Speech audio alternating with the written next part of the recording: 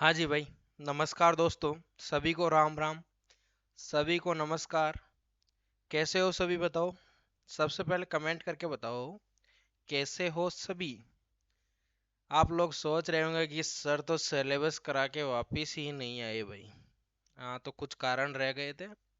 तो अब से हम लोग सामान्य विज्ञान का अध्ययन करेंगे और सामान्य विज्ञान में हम लोग जो आपके 5 प्रश्न आते हैं ग्रेड फर्स्ट में, उन पांचों ही प्रश्नों का सॉल्यूशन देखेंगे, जिसमें हम लोगों को कुछ टॉपिक्स आरपीएससी की तरफ से दिया हुआ है और उन टॉपिक्स में से ही प्रश्न हमेशा आते हैं। और उसी क्रम में आज अपना पहला टॉपिक है और इस टॉपिक के 2 वीडियो में लेके आऊंगा। हम लोग एनसीईआरटी को जो है टारगेट करके पढ़ेंगे, इसके अलावा कुछ बाहर से नहीं पढ़ेंगे। और मैं उन्हीं प्रश्नों को आपको बता दूंगा भाई, प्रश्न वहीं से छपेगा और प्रश्न देख लेना आप लोग।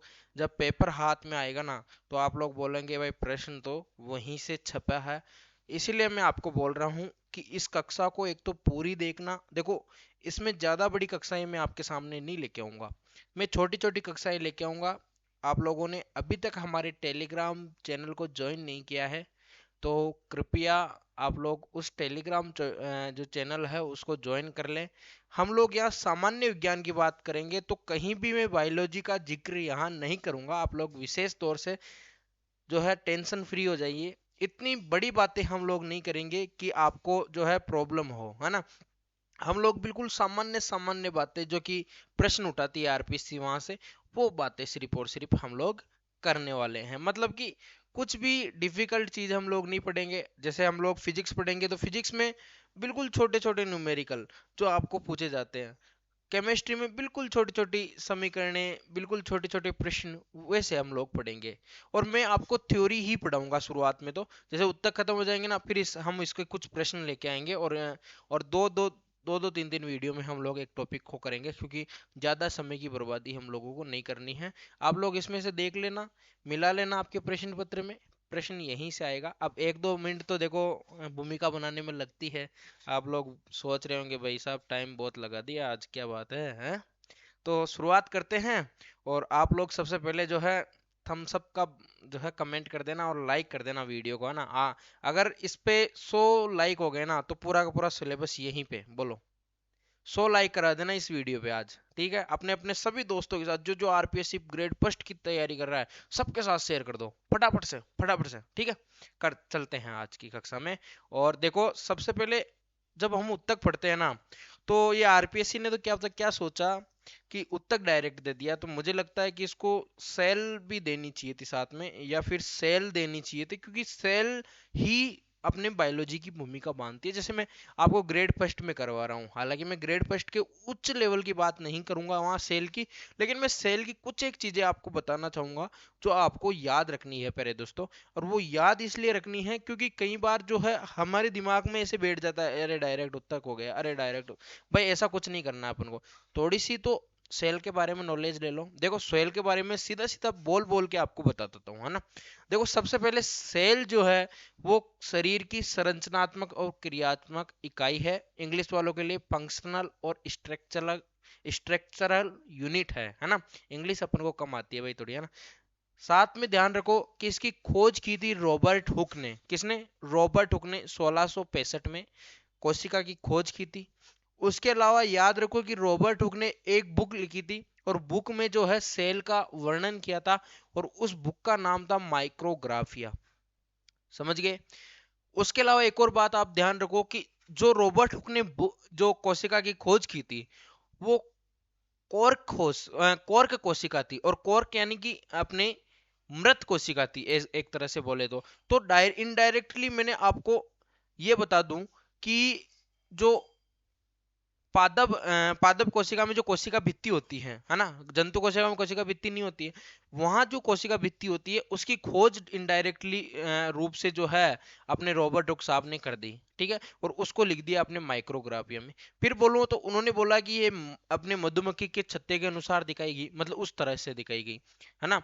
और उन्होंने एक और बात बोला कि संयुक्त सूक्ष्मदर्शी में जब हमने देखा, तो वो जो है वो हेक्सागोनल है ना, हेक्सागोनल जैसे अपने बेंजीन होती है ना, बेंजीन नहीं जानते हो, षटकोण प्रकार की जो है वो कोशिका उनको दिखाई दी, और उन्होंने ये बोला ये सब मृत कोशिका थी। फिर जब कोशिका के केंद्र की बात करूं तो कोशिका के केंद्र की खोज की रॉबर्ट ब्राउन ने 1831 में, है ना। कोशिका सिद्धांत किसने दिया बताओ, कोशिका सिद्धांत किसने दिया।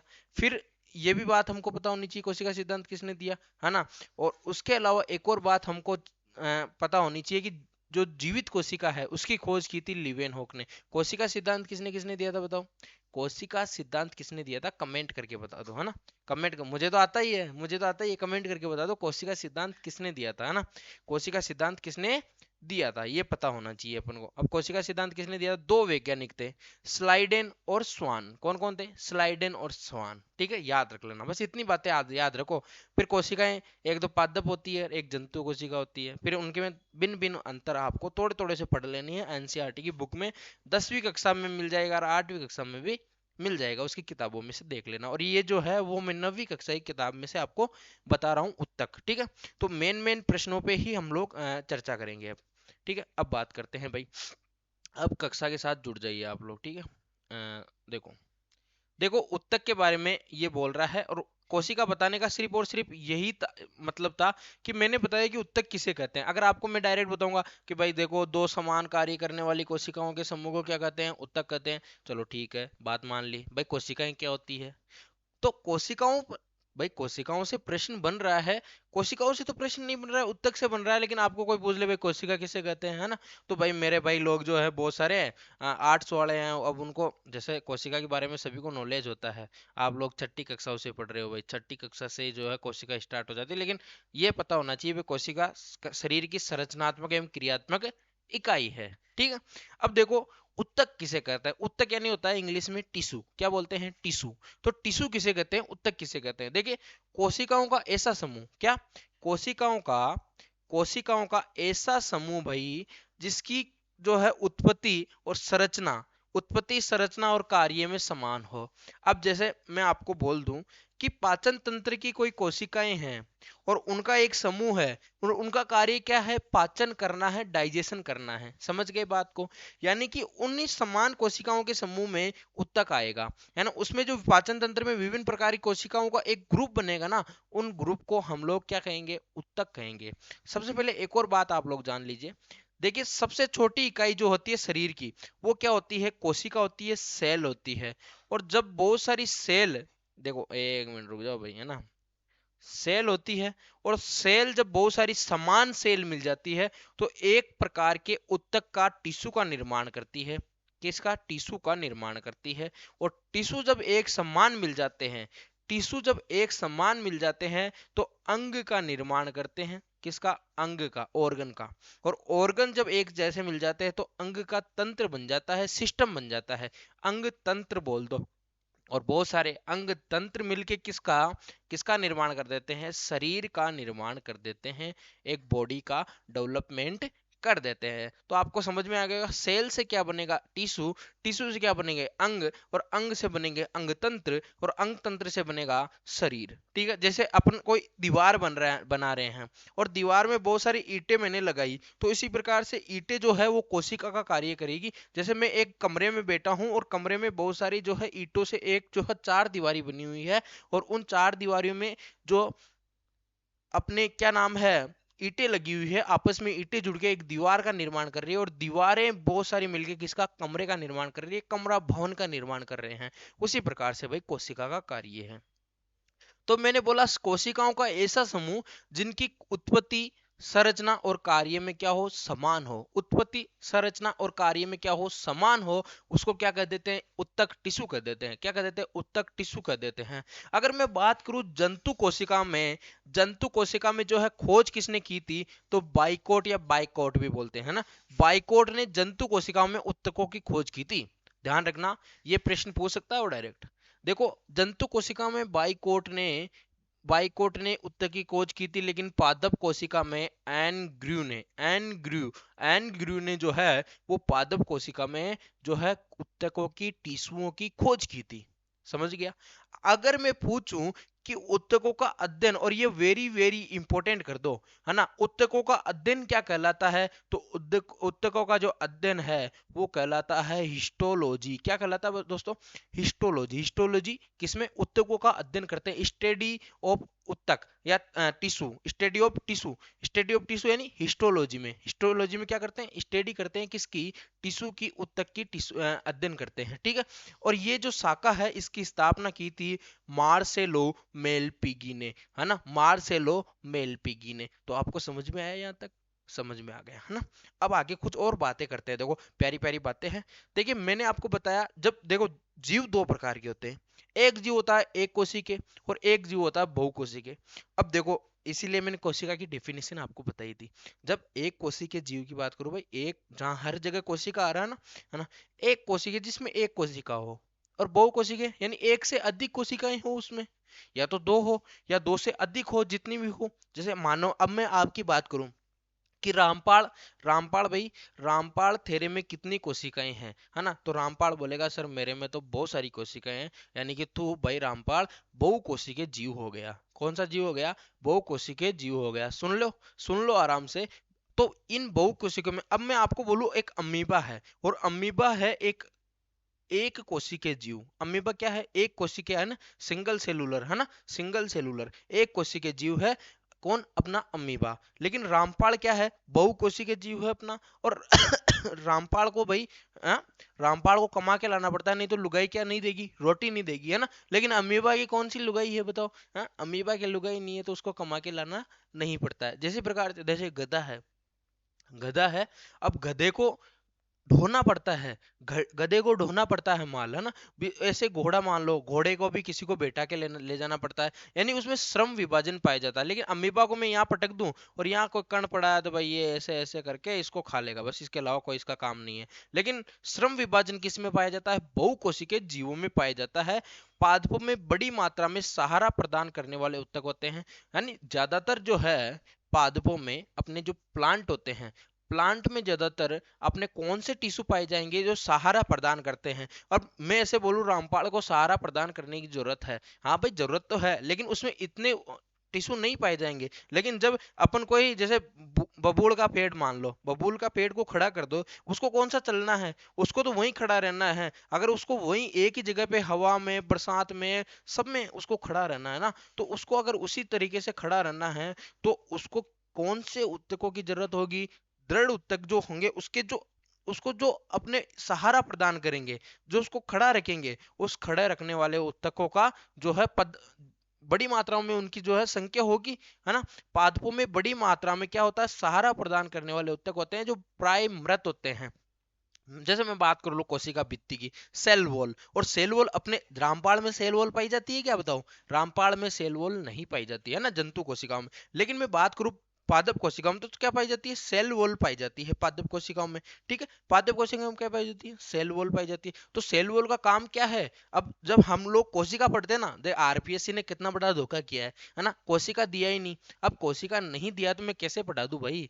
फिर आप बोलोगे भाई कोशिका से शुरुआत कर रहे हो, उधर भी कोशिका इधर भी कोशिका, बोर हो गए सारा कोशिका कोशिका पढ़ते पढ़ते, है ना। तो उसमें से पढ़ लेना, मैंने डाल रखी है कोशिका की वीडियो ऑलरेडी, तो उसमें थोड़ा सिंपल वे में भी डाल रखे है बहुत सारी चीजें, तो ऊपर ऊपर से वो वीडियो देख लेना, उसको मैं आई बटन में दे दूंगा, ठीक है। और फिर भी आप लोग अगर कमेंट करोगे ना, 20 जने अगर कमेंट कर दोगे तो कोशिका का चैप्टर बोलो हाजिर, हाँ ठीक है। अब देखो अपने मैं बात कर रहा था मृत कोशिकाओं की, है ना। मृत कोशिका जैसे कोशिका भित्ति मृत कोशिका है ना, कोशिका भित्ति मृत आवरण है एक, है ना। तो मृत आवरण उसका कार्य क्या, कोशिका भित्ति का अपने पादप की जो कोशिका भित्ति है वो कोशिका को क्या करती है, सहारा प्रदान करती है, ठीक है। अब देखो जंतु पौधों में, जंतु पौधों की अपेक्षा अधिक ऊर्जा का उपयोग करते हैं, जंतु पौधों की अपेक्षा अधिक ऊर्जा का उपयोग करते हैं, है ना। क्योंकि देखो जंतुओं में क्या होता है, पाचन होता है, श्वसन होता है ना, अवशोषण होता है ना, भोजन अपने ग्रहण करते हैं वो, उसके अलावा वो अपने जो है श्रम विभाजन करते हैं। श्रम विभाजन से मतलब जैसे रामपाल कहाँ जाएगा, ईंटों के भट्टे पे जाएगा, है ना, पढ़ोगे नहीं तो ईंटों के भट्टे पे जाना पड़ेगा। अब देखो ईंटों के भट्टे पे रामपाल जा रहा है तो उसको क्या ज्यादा एनर्जी की जरूरत होगी, है ना, ईंटें उठानी पड़ेगी ना, ईंटें उठा के ट्रक में लोड करनी पड़ेगी, फिर वहां ट्रक पहुंचेगा, ट्रक से उतारनी पड़ेगी, तो उसको ज्यादा क्या ऊर्जा की क्या पड़ेगी, आवश्यकता पड़ेगी भाई, है ना, आवश्यकता पड़ेगी। इसीलिए क्या है, जंतु जो है उसमें जीवित कोशिकाओं के बने होते हैं। जंतु के उत्तक जो है वो जीवित कोशिकाओं के, यानी कि अपने मृत कोशिकाओं के जंतुओं के उत्तक नहीं होते हैं, है ना। जंतुओं के उत्तक जो होते हैं वो जीवित कोशिकाओं के बने होते हैं। अब देखो उत्तक दो प्रकार के होते हैं, सीधी सीधी सी बात ध्यान रखो। उत्तक दो प्रकार के होते हैं, एक तो जंतु कोशिकाओं के उत्तक और एक पादप कोशिकाओं के उत्तक। उत्तक के प्रकार अनेक होते हैं, लेकिन मैं बात कर रहा हूं भाई, एक तो पादप कोशिकाओं में पाए जाने वाले उत्तक होते हैं और एक होते हैं अपने जंतु कोशिकाओं में पाए जाने वाले उत्तक। तो आज हम बात करेंगे जंतु कोशिकाओं में पाए जाने वाले उत्तकों की, ठीक है। जंतु कोशिकाओं में पाए जाने वाले उत्तकों की, और एक सारणी से समझा दूंगा, ज्यादा बड़ी कोई दिक्कत नहीं है। 10 में से 10 नंबर लाने हैं ना, लाने हैं ना, तो लाइक करो, ठीक है। लाइक करो, ऐसे फोकट में 10 में से 10 नंबर थोड़ी मिलते हैं। देखो जंतु कोशिकाओं की बात कर रहा हूँ, जंतु उत्तकों की बात कर रहा हूँ, तो 4 प्रकार के उत्तक ध्यान रखो। कितने प्रकार के? 4 प्रकार के उत्तक ध्यान रखो। एक उत्तक ध्यान रखो उपकला उत्तक, जिसको बोलते हैं एपिथीलियम। फिर बात एक और ध्यान रखो संयोजी उत्तक, जिसको बोलते हैं कनेक्टिव टिश्यू। फिर ध्यान रखो पेशीय उत्तक, जिसको बोलते हैं मस्कुलर टिश्यू। फिर ध्यान रखो अपने तंत्रिका उत्तक, जिसको बोलते हैं नर्व टिश्यू। ठीक है, 4 प्रकार के ध्यान रखो। वापस से रिपीट करेंगे, उपकला उत्तक एपिथीलियम, संयोजी उत्तक कनेक्टिव, पेशीय उत्तक मस्कुलर, और तंत्रिका उत्तक नर्व, है ना। मैं पानी पी लेता हूँ जब तक, है ना, आप बार बार रिपीटेशन करो, रिपीटेशन करो भाई, है ना, बैठे मत रहो।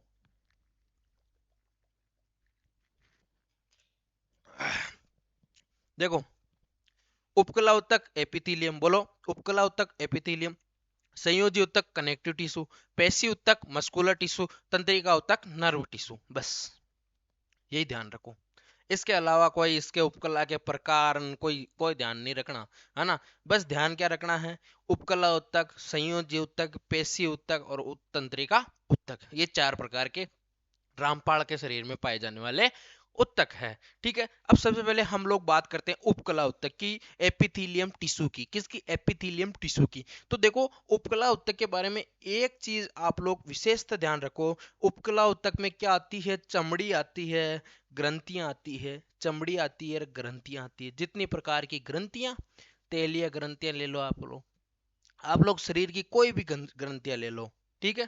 त्वचा आती है। अब देखो त्वचा का कार्य क्या होता है। आपके शरीर पे चमड़ी है, रामपाल के शरीर पे चमड़ी है, चमड़ी का काम क्या होगा? चमड़ी का काम क्या होगा बताओ? त्वचा का या चमड़ी का काम क्या होगा? अपनी रक्षात्मक आवरण बनाना, यानी एक तरह से रक्षात्मक। मैं चमड़ी उतार दूंगा तो अंदर क्या आ जाएगा? मांस आ जाएगा, है ना। और मांस पे गारा लग गई तो बताओ, हाँ, कितनी जलन होती है ना। छुलते हैं ना, है, सर्दियों में जब ऐसे रगड़ से छुल जाते हैं ना अपन। अब देखो मेरी बात सुनो, रक्षात्मक आवरण बनाने वाला उत्तक है, इतनी बात ध्यान रख लो। उपकला उत्तक रक्षात्मक आवरण बनाने वाला उत्तक है, उपकला उत्तक रक्षात्मक आवरण बनाने वाला उत्तक है। ध्यान रखो ये उत्तक क्या, शरीर के अंदर स्थित बहुत से अंगों और गुहिकाओं को ढकने का कार्य करता है। आपका पाचन तंत्र नहीं दिखाई दे रहा है आपको, बताओ क्यों नहीं दिखाई दे रहा है? अपने उपकला उत्तक के कारण। उपकला, उपकला, ऊपर वाली कला। आप जो सुंदर सुंदर दिखते हो ना, है ना, सुंदर सुंदर, प्यारे प्यारे, वो किस किस लिए दिखते हो बताओ? अगर ये चमड़ी निकाल दो तो कैसे दिखोगे? हाँ, किसी को देख सकते हो? हाँ, आपने भाई केवल लैब में जाना के भी, है ना, अपने चीर घर में जाना, फिर वहां की चमड़ी उतरवा देना, फिर देख सकते हो क्या बताओ उसको? हाँ, नहीं देख सकते हो ना। तो ये चमड़ी जो है, ये बहुत सारी गुहिकाओं को ढकती है। और किसको किसको ढकती है बताओ? अंदर के पाचन तंत्र हो गए, अपने श्वसन तंत्र हो गए, अपने फेफड़ों को ढकती है, अपने हड्डियों को ढकती है ना, ढकने का कार्य करती है। अब देखो इसका एग्जाम्पल ध्यान रखो, त्वचा और ग्रंथियां। आपको सीधा सीधा पूछ सकते हैं, उदाहरण पे गौर करो। और यही 2 उदाहरण हमेशा आते हैं। उपकला उत्तक कौन से उदाहरण है उपकला उत्तक के बताओ? इनमें से कौन सा उदाहरण उपकला उत्तक का है, एपिथेलियम उत्तक का है? सीधा प्रश्न, सीधा प्रश्न और सीधा उत्तर दे दो, त्वचा और ग्रंथियां, त्वचा और ग्रंथियां, त्वचा और ग्रंथियां। किसका उदाहरण? उपकला उत्तक का। अब अगर मैं बात करूं संयोजी उत्तक की या कनेक्टिव टिश्यू की, देखो जितने भी एग्जाम हुए हैं ना अब तक, कनेक्टिव टिश्यू, संयोजी उत्तक का प्रश्न पूछा गया है। और सामान्यतः प्रश्न यही पूछा उसने कि रक्त को किस प्रकार का उत्तक है। कौन सा प्रश्न पूछा? रक्त किस प्रकार का उत्तक है अपना, रक्त किस प्रकार का उत्तक है। और रक्त किस प्रकार का उत्तक है? संयोजी उत्तक है। संयोजी में भी डायरेक्ट वो ऐसे पूछता है, कौन सा संयोजी उत्तक है? तरल संयोजी उत्तक है। सिर्फ और सिर्फ यहां रक्त के केस में एक पार्ट इसका ध्यान रख लो, तरल संयोजी उत्तक है। रक्त क्या है? तरल संयोजी उत्तक है। रक्त क्या है? तरल संयोजी उत्तक है। साथ में मैं रक्त की एक जो है वो क्लास लेके आ जाऊंगा ब्लड की। और ब्लड क्या है, कई बार हर हर परीक्षाओं में पूछा जाता है, तो ये ब्लड की अलग से क्लास लेनी पड़ेगी, है ना, ध्यान रखना। देखिए, संरचनाओं को जोड़ने का कार्य कौन करता है? संयोजी उत्तक। शरीर को आलंबन सहारा प्रदान करने का कार्य कौन करता है? संयोजी उत्तक। शरीर में पदार्थों का परिवहन, ब्लड का क्या काम होता है? ऑक्सीजन को लेके जाती है, ऑक्सीजन को, हाँ, ऑक्सीजन को लेके जाती है, CO2 को छोड़ने जाती है ना। और साथ में जितने भी मोटा मेटाबॉलिक क्रिया होती है वो सभी यही करती है ना। जैसे आपको शरीर से कहीं से ऑक्सीजन लेके आना है वापिस, तो वो कौन लेके आएगा? ब्लड ही लेके आएगा, है ना। कार्बन डाइऑक्साइड है वो छोड़नी है, अपने कहीं अंग से लेके आनी है और बाहर निकालनी है, तो वो भी काम क्या करेगा? अपने संयोजी उत्तक करेगा, रक्त करेगा, है ना। तो ध्यान रखो, शरीर में पदार्थों का परिवहन यानी ट्रांसपोर्ट कौन करेगा? ट्रांसपोर्ट का काम कौन करेगा? कनेक्टिव टिश्यू संयोजी उत्तक करेगा। साथ में ध्यान रखो, शरीर को आलंबन या सहारा प्रदान कौन करेगा? अपने कनेक्टिव टिश्यू। और संरचनाओं को जोड़ने का कार्य कौन करेगा? संयोजी उत्तक।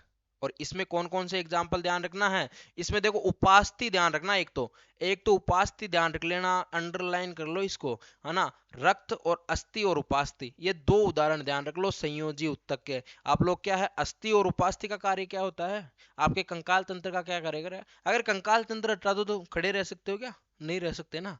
ठीक है। अब देखो, पेशीय उत्तक। और पेशीय ऊतक को अंग्रेजी में क्या बोलते हैं? Muscular tissue. मस्कुलर टिश्यू, ठीक है।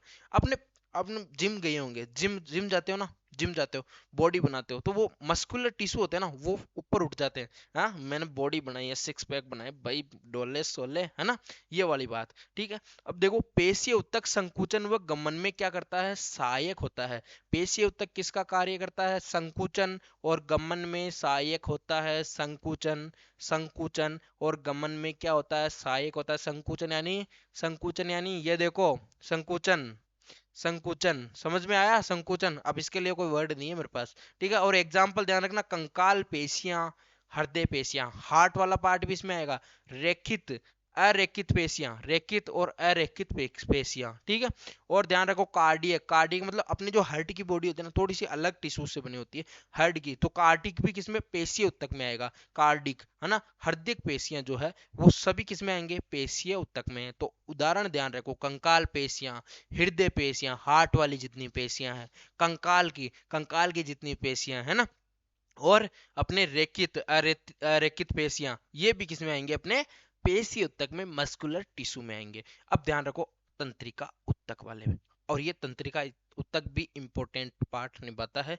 सीधी सीधी आपको तंत्रिका ऊतक में एक प्रश्न हमेशा पूछा जा सकता है, तंत्रिका कोशिका का। और मैं सॉरी, तंत्रिका कोशिका तो मैं नियंत्रण समन्वय अपना अगला टॉपिक है, तो उसमें हम लोग इसकी डिटेल से चर्चा करेंगे। तो नर्व टिश्यू के बारे में ध्यान रखो कि आवेगों संवेगों का नियंत्रण कौन करती है? तंत्रिका। भाई, ये गर्म पानी है, इसमें इसमें गर्म पानी है, फुल लाल है, लाल चुरुक हो रहा है ना, और हाथ लगाते हैं, हाथ में फाचा लेर गियो। क्यों लेर गियो भाई? तंत्रिका काम कर रही है, तंत्रिका काम कर रही है ना। तंत्रिका कोशिका ये काम कर रही है, मैं हाथ लगाऊंगा, प्रतिवर्ती क्रिया हो जाएगी, है ना। क्यों होगी प्रतिवर्ती क्रिया? तंत्रिका ऊतकों की वजह से, है ना। तंत्रिका ये संवेगों और आवेगों का क्या करता है? शरीर में नियंत्रण करता है। नियंत्रण का कार्य किसका होता है? तंत्रिका ऊतकों का कार्य होता है नियंत्रण। भाई, कोशिकाओं से देखो, मैंने क्या बताया, कोशिकाओं से ऊतक बन रहा है, ऊतकों से क्या बन रहे हैं? अंग, अंग से तंत्र, और तंत्र से क्या बन रहा है? शरीर। समझ गए? तो यहाँ क्या होगी? वो कोशिकाएं जो न्यूरॉन्स होगी, जिसको बोलते हैं न्यूरॉन्स, न्यूरॉन्स बोलते हो ना, शरीर की, अपने तंत्रिका कोशिका की संरचनात्मक क्रियात्मक इकाई, सबसे छोटी इकाई कौन सी है? अपनी अपनी न्यूरॉन ही है ना। तो ध्यान रखना, आवेगों का संवहन, शरीर में क्रिया का नियंत्रण, ये सब इसमें सहायक है तंत्रिका ऊतकों में सहायक। तो इसमें कौन कौन से उदाहरण ध्यान रखो? तंत्रिका से तंत्रिका कोशिका हो गई। और ये ध्यान रखो, ये इंपॉर्टेंट है, ये इंपॉर्टेंट, न्यूरोग्लियल कोशिका, न्यूरोग्लियल कोशिका। और न्यूरो से न्यूरॉन, न्यूरो से क्या याद रखना, neuron nerve tissue, neuron nerve tissue. बस आज तक की कक्षा में इतना ही बात करेंगे, और इसके आगे बात करेंगे अब पादप कोशिकाओं, पादप ऊतकों की, है ना। और पादप ऊतकों की बात हम करेंगे अगली कक्षा में। आज का टाइम तो हो चुका है, मिलते हैं अगली कक्षा में। आप लोग वीडियो को लाइक करना मत भूलिएगा, कक्षा को पूरी देखिएगा, अपने दोस्त सहेलियों के साथ शेयर कर दीजिएगा। मस्त मजेदार क्लास है, ठीक है। मिलते हैं अगली कक्षा में, तब तक के लिए राम राम साहब।